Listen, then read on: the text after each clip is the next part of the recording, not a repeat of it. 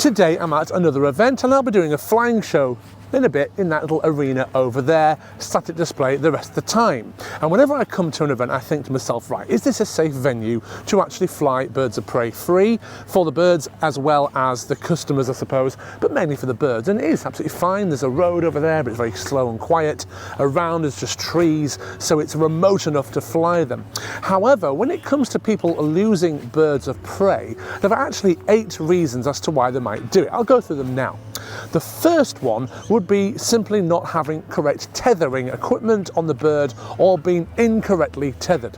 It could be the falconer's knot isn't right, especially if the leash is very short. Then the bird is literally at the end of its tether, and if it picks at it and plays with it, it could get free and fly off. And of course, if the equipment's no good, like the leather straps, the jesses are worn, they could easily snap or something like that. The second reason would be not having a double door system on the aviary or a latch on the inside, so when they go in the aviary, the bird can't actually fly out.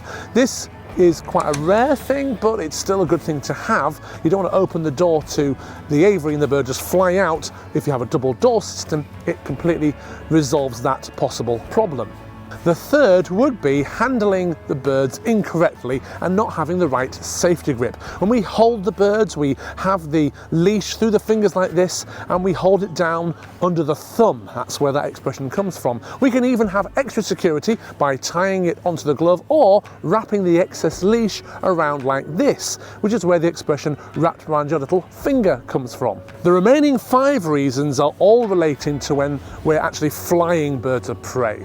And the first would be flying a bird at the wrong weight. This is either too high in weight or too low in weight. If the flying weight isn't right, if the bird is too high in weight, there's a risk it will sit up a tree, not come down for a while, not keen enough to return for food, and maybe even have a little explore and become lost.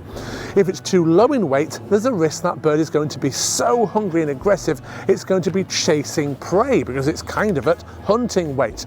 And that's going to be a problem if it chases after something into the distance and disappears. The 6th reason would be to have a bird that's not very well trained, maybe not really manned enough, so it's gone to somewhere different to where you've maybe trained the bird and it's become spooked by something because it's just not tame enough, or because it's just not being trained well enough on the recall. And sometimes the venue itself can be the problem.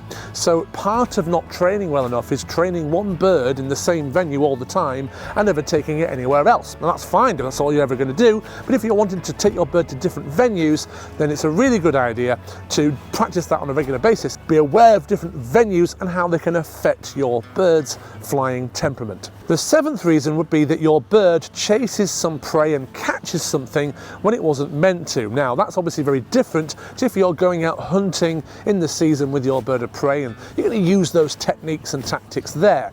But if you're just flying a bird for recreational reasons, then it is possible that it could end up chasing something, catching it, eating up a tree, being very full, and then moving on as well, and you've then lost that bird. It's also possible that birds like magpie, crow, seagull, things like that, will actually mob a bird of prey and chase it out of an arena or a flying area. Now, the 8th and final reason why someone may lose their bird is actually a way of fixing almost all of the previous issues I've mentioned that could appear, and that is to ensure the bird has got a working transmitter on, some form of telemetry, either radio or even better, GPS, with a fully charged battery tested to be working before the bird is flown. Now, this won't necessarily solve all the problems. It is possible to have 3 or 4 things happen at the same time, like your bird's chased from the arena or the area, and let's say it's caught some prey and then it's been exploring and it's been spooked again, and if that happens too long, your transmitter battery could die. So it's possible for that to not literally solve everything. I'm saying that because I don't want anyone to think that a working transmitter is an excuse for everything else not being done properly. Prevention is always better than the cure, so you want to think about the transmitter as being almost like a last resort. Try and avoid those other things happening first. If you've got any other points on why a bird may become lost, please comment below. I'd love to hear it.